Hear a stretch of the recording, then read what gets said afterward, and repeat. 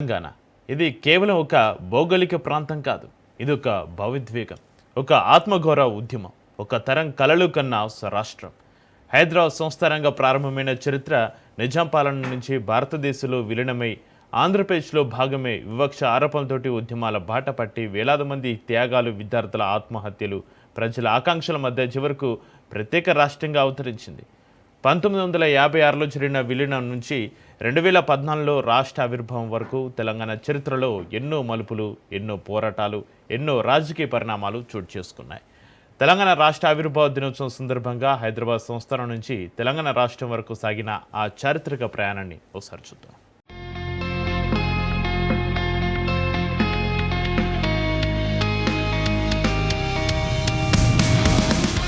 తెలంగాణ చరిత్రలో 1948వ సంవత్సరం ఒక కీలక మలుపు. స్వాతంత్ర్యం వచ్చిన తర్వాత కూడా హైదరాబాద్ సంస్థానం భారత యూనియన్లో విలీనం కాలేదు.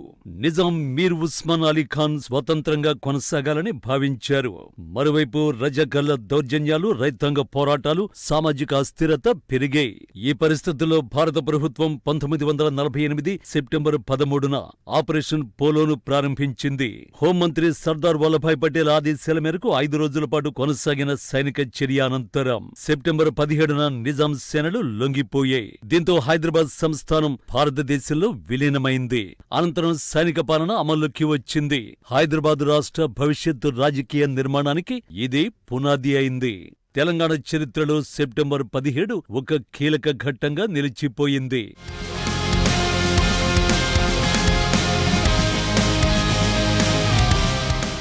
ఒకవైపు రజాకార్లపై తెలంగాణ సాయుధ పోరాటం, మరోవైపు భారత ప్రభుత్వం దండయాత్ర అన్నీ కలిసి నిజాం లొంగుబాటుకు ప్రధాన కారణమయ్యాయి. ఇదే సమయంలో రాజకీయంగా సాయుధ పోరాట యోధులు హైదరాబాద్ స్టేట్ ను చేజిక్కించుకుని ఉంటే కమ్యూనిస్టు ప్రభుత్వం ఏర్పడి ఉండేదని, అలాగే చైనా కమ్యూనిజానికి దగ్గర సంబంధాలు ఏర్పడేవని కొందరు చరిత్రకారుల అభిప్రాయం. అలాగే చైనా, రష్యా కంట్రోల్లో కమ్యూనిస్టు దేశం కూడా ఏర్పడే అవకాశం ఉండేదని మరికొందరి అభిప్రాయం. అలాగే నిజాం నవాబు సైన్యం రజాకార్లు పైచేయి సాధించి హైదరాబాద్ ప్రత్యేక స్టేట్ గా ఉంటే పాకిస్తాన్ ప్రాక్సీగా ఎప్పటికీ నివురుగప్పిన నిప్పులా ఉండేదని చరిత్రకారులు నటి ఘటనలు తలుచుకుని ఆందోళన వ్యక్తం చేశారు. అటు సాయుధ పోరాటం పైచేయి సాధిస్తూ ఉండడం, ఇటు రజాకార్లు ఓడిపోయే అవకాశమున్న సమయంలో నెహ్రూ ప్రభుత్వం నిజాంను లొంగిపోవాలని ఆదేశించారని, ప్రతిఫలంగా ఆయన ఆస్తులు కాపాడటంతో పాటు రాజు ప్రముఖుగా నియమించారని కమ్యూనిస్టులు ఇప్పటికీ విమర్శిస్తూ ఉంటారు.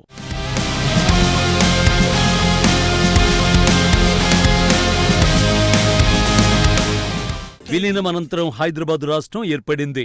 ఇందులో నేటి తెలంగాణతో పాటు మరాఠ్వాడా, కర్ణాటకలోని కొన్ని ప్రాంతాలు కూడా ఉండేవి. మొదట మేజర్ జనరల్ జైన్ చౌదరి ఆధ్వర్యంలో సైనిక పాలన కొనసాగింది. తర్వాత ఎంకే వెల్లోడి నేతృత్వంలో పౌర ప్రభుత్వం ఏర్పడింది. 1952లో జరిగిన ఎన్నికల తర్వాత బూర్గుల రామకృష్ణారావు తొలి ప్రజాస్వామ్య ముఖ్యమంత్రిగా బాధ్యతలు చేపట్టారు. ఈ కాలంలో ఉద్యోగాలు, పరిపాలన, ప్రాంతీయ హక్కులపై చర్చలు మొదలయ్యాయి. తెలంగాణ ప్రజల్లో ప్రత్యేక గుర్తింపు భావన మరింత బలపడింది. అదే సమయంలో భాషా ప్రాతిపదికన రాష్ట్రాల ఏర్పాటు అంశం దేశవ్యాప్తంగా ప్రాధాన్యం సంతరించుకుంది. ఇది తెలంగాణ భవిష్యత్తు రాజకీయ పరిణామాలకు దారితీసింది. 1956 నవంబర్ 1న తెలంగాణ ప్రాంతాన్ని ఆంధ్ర రాష్ట్రంతో విలీనం చేసి ఆంధ్రప్రదేశ్ రాష్ట్రాన్ని ఏర్పాటు చేశారు. అయితే ఈ విలీనంపై అప్పటి రాష్ట్రాల పునర్వ్యవస్థీకరణ కమిషన్ పూర్తి సమ్మతిని వ్యక్తం చేయలేదు. తెలంగాణ ప్రజల ఆందోళనల్ని గుర్తించింది. ఆంధ్ర, తెలంగాణ కలిసి ఆంధ్రప్రదేశ్ ఏర్పడ్డమంటే అమాయకపు ఆడపిల్లకు కొంటె కుర్రాడికి చేసిన పెళ్లిగా ఉంటుందని ప్రధానమంత్రి జవహర్లాల్ నెహ్రూ అభిప్రాయపడ్డారు. అయినప్పటికీ రాజకీయ నిర్ణయాల నేపథ్యంలో విలీనం జరిగింది. తెలంగాణ ప్రయోజనాల రక్షణ కోసం జెంటిల్మెన్స్ అగ్రిమెంట్ కుదిరింది. ఉద్యోగాలు, విద్య, నిధుల పంపిణీ, పరిపాలనా అవకాశాల్లో రక్షణలు కల్పిస్తామని హామీ ఇచ్చారు. కానీ కాలక్రమేణా ఈ హామీలు అమలు కాలేదనే భావన పెరిగింది. తెలంగాణ ఆదాయాలు ఇతర ప్రాంతాలకు మళ్లుతున్నాయనే విమర్శలు వచ్చాయి. సాగునీరు, ఉద్యోగాలు, అభివృద్ధి విషయంలో వివక్ష జరుగుతోందనే అభిప్రాయం బలపడింది. ఇదే తరువాతి ఉద్యమాలకు పునాది అయింది. జెంటిల్మెన్స్ అగ్రిమెంట్ అమలు కాలేదన్న ఆరోపణలతో 1969లో జై తెలంగాణ ఉద్యమం ప్రారంభమైంది. తెలంగాణ విద్యార్థులు, యువత, ఉద్యోగులు వీధుల్లోకి వచ్చారు. ముల్కీ నిబంధనల్ని అమలు చేయాలని డిమాండ్ చేశారు. హైదరాబాద్ సహా పలు ప్రాంతాల్లో భారీ నిరసనలు జరిగాయి. పోలీసుల కాల్పుల్లో వందలాది మంది ప్రాణాలు కోల్పోయారు. తెలంగాణ ప్రత్యేక రాష్ట్ర డిమాండ్ దేశవ్యాప్తంగా చర్చనీయాంశమైంది. అనంతరం ముల్కీ నిబంధనల్ని సుప్రీంకోర్టు సమర్థించడంతో ఆంధ్ర ప్రాంతాల్లో జై ఆంధ్ర ఉద్యమం ప్రారంభమైంది. రాష్ట్రంలో రాజకీయ సంక్షోభం నెలకొంది. చివరకు కేంద్రం 6 పాయింట్ ఫార్ములా తీసుకొచ్చింది. దీంతో ఉద్యమాలు తాత్కాలికంగా చల్లారినా తెలంగాణ ఆకాంక్ష మాత్రం సజీవంగానే కొనసాగింది. తెలంగాణ ఉద్యమం కొత్త దశలోకి అడుగుపెట్టింది 2001లో. తెలుగుదేశం పార్టీకి రాజీనామా చేసిన కల్వకుంట్ల చంద్రశేఖరరావు తెలంగాణ రాష్ట్ర సమితిని స్థాపించారు. తెలంగాణ సమస్యలను మళ్లీ ప్రజల ముందుకు తీసుకువచ్చారు. నీళ్లు, నిధులు, ఉద్యోగాలు అనే నినాదాన్ని ప్రజల్లోకి తీసుకువెళ్లారు. కృష్ణా, గోదావరి జలాల్లో తెలంగాణకు అన్యాయం జరిగిందని వివరించారు. ప్రభుత్వ ఉద్యోగాల్లో స్థానికులకు అవకాశాలు తగ్గిపోయాయని వాదించారు.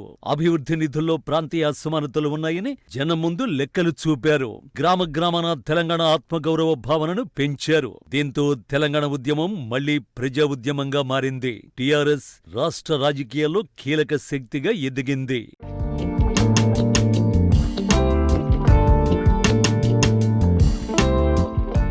2009 తర్వాత తెలంగాణ ఉద్యమం ఉవ్వెత్తున ఎగిసిపడింది. కేసీఆర్ చేపట్టిన ఆమరణ నిరాహార దీక్షతో దేశం దృష్టి తెలంగాణపై పడింది. తెలంగాణ జేఏసీ ఏర్పడి ఉద్యమానికి సమన్వయ వేదికగా మారింది. టీఆర్ఎస్ తో పాటు కాంగ్రెస్ లోని తెలంగాణ నేతలు, బీజేపీ, సిపిఐ, సిపిఎం వర్గాలు, ఉద్యోగ సంఘాలు, విద్యార్థి సంఘాలు ఉద్యమంలో భాగమయ్యాయి. మిలియన్ మార్చి దేశవ్యాప్తంగా సంచలనం సృష్టించింది. సాగరహారం, వంటవార్పు, సడక్ బంద్, రైల్ రోకో, చలో అసెంబ్లీ, మానవహారం వంటి కార్యక్రమాలు ఉద్యమానికి కొత్త ఊపు తెచ్చే.